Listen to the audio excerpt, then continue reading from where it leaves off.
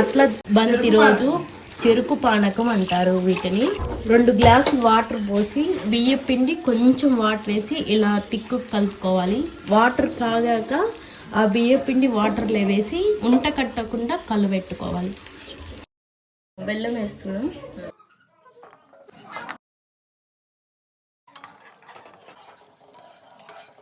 బెల్లం అంతా కరిగిపోయింది బాగా. ఇప్పుడు కలిపి పెట్టుకున్న పిండిని ఉంటలు లేకుండా తిప్పుతూ కలుపుతూ పోయింది. బాగా చిక్కబడి దగ్గరికి గట్టిగా అయ్యేదాకా ఉంచుకోవాలి.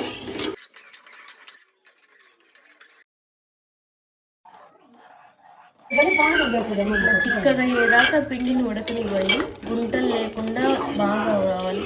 తినే వాళ్ళు ఉంటే కొబ్బరి గసాలు అన్నీ వేసుకోవచ్చండి, ఇష్టం ఉన్న వాళ్ళు. ఇష్టం లేని వాళ్ళు ఇలాగా తినచ్చు. దోశలకి చాలా బాగుంటుంది, టేస్టీగా. రెడీ అయిపోయిందండి కొబ్బరి పానకం. ఇంకా తింటుంటే కోవా తిన్నట్లే ఉంటుంది.